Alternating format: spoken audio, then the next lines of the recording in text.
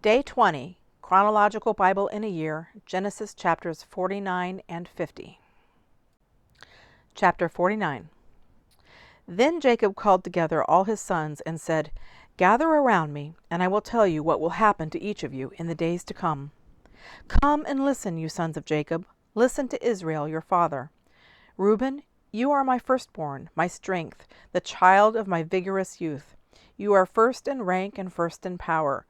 But you are as unruly as a flood, and you will be first no longer, for you went to bed with my wife. You defiled my marriage couch. Simeon and Levi are two of a kind. Their weapons are instruments of violence. May I never join in their meetings. May I never be a party to their plans. For in their anger they murdered men, and they crippled oxen just for sport. A curse on their anger, for it is fierce. A curse on their wrath, for it is cruel. I will scatter them among the descendants of Jacob. I will disperse them throughout Israel. Judah, your brothers will praise you. You will grasp your enemies by the neck. All your relatives will bow before you. Judah, my son, is a young lion that has finished eating its prey. Like a lion he crouches and lies down. Like a lioness, who dares to rouse him?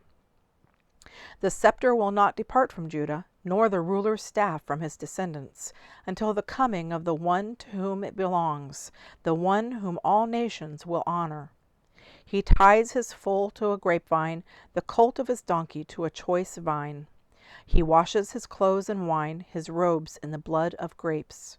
His eyes are darker than wine, and his teeth are whiter than milk.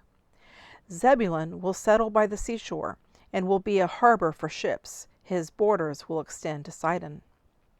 Issachar is a sturdy donkey, resting between two saddle packs. When he sees how good the countryside is and how pleasant the land, he will bend his shoulder to the load and submit himself to hard labor. Dan will govern his people like any other tribe in Israel. Dan will be a snake beside the road, a poisonous viper along the path that bites the horse's hooves so its rider is thrown off. I trust in you for salvation, O Lord. Gad will be attacked by marauding bands, but he will attack them when they retreat.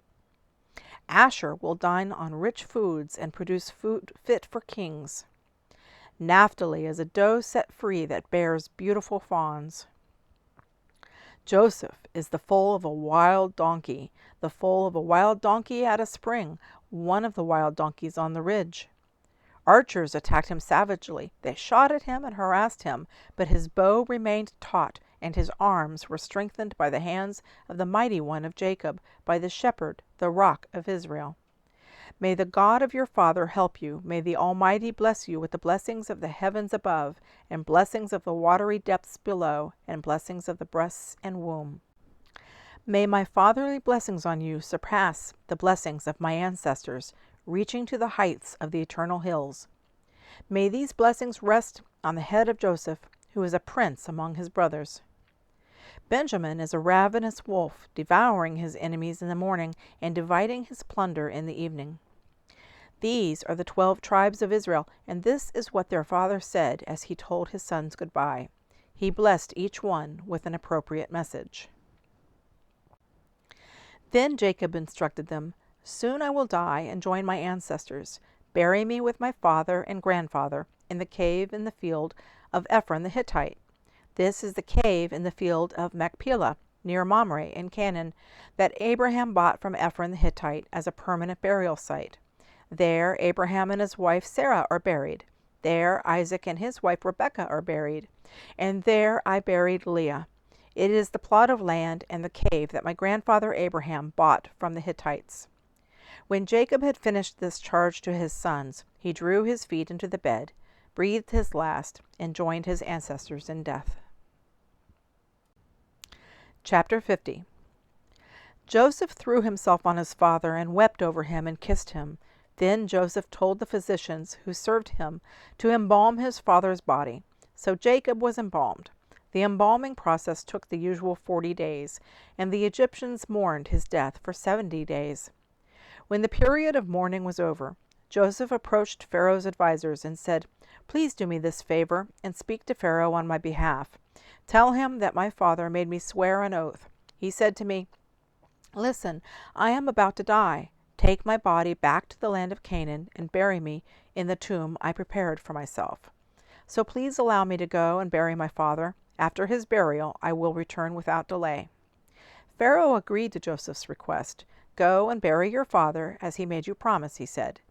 So Joseph went up to bury his father. He was accompanied by all of Pharaoh's officials, all the senior members of Pharaoh's household, and all the senior officers of Egypt. Joseph also took his entire household and his brothers and their households. But they left their little children and flocks and herds in the land of Goshen. A great number of chariots and charioteers accompanied Joseph. When they arrived at the threshing floor of Atad, near the Jordan River, they held a very great and solemn memorial service, with a 7-day period of mourning for Joseph's father. The local residents, the Canaanites, watched them mourning at the threshing floor of Atad.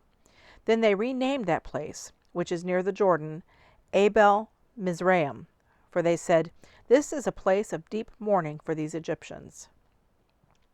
So Jacob's sons did as he had commanded them. They carried his body to the land of Canaan and buried him in the cave in the field of Machpelah, near Mamre. This is the cave that Abraham had bought as a permanent burial site from Ephron the Hittite. After burying Jacob, Joseph returned to Egypt with his brothers and all who had accompanied him to his father's burial. But now that their father was dead, Joseph's brothers became fearful. "Now Joseph will show his anger and pay us back for all the wrong we did to him," they said. So they sent this message to Joseph: "Before your father died, he instructed us to say to you, 'Please forgive your brothers for the great wrong they did to you, for their sin in treating you so cruelly. So we, the servants of the God of your father, beg you to forgive our sin.'" When Joseph received the message, he broke down and wept. Then his brothers came and threw themselves down before Joseph.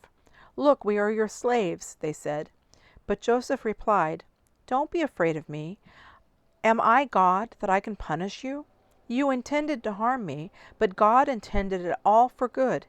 He brought me to this position so I could save the lives of many people. No, don't be afraid. I will continue to take care of you and your children." So he reassured them by speaking kindly to them. So Joseph and his brothers and their families continued to live in Egypt. Joseph lived to the age of 110. He lived to see 3 generations of descendants of his son Ephraim, and he lived to see the birth of the children of Manasseh's son Machir, whom he claimed as his own. "Soon I will die," Joseph told his brothers, "but God will surely come to help you and lead you out of this land of Egypt. He will bring you back to the land he solemnly promised to give to Abraham, to Isaac, and to Jacob." Then Joseph made the sons of Israel swear an oath, and he said, "When God comes to help you and lead you back, you must take my bones with you." So Joseph died at the age of 110. The Egyptians embalmed him, and his body was placed in a coffin in Egypt.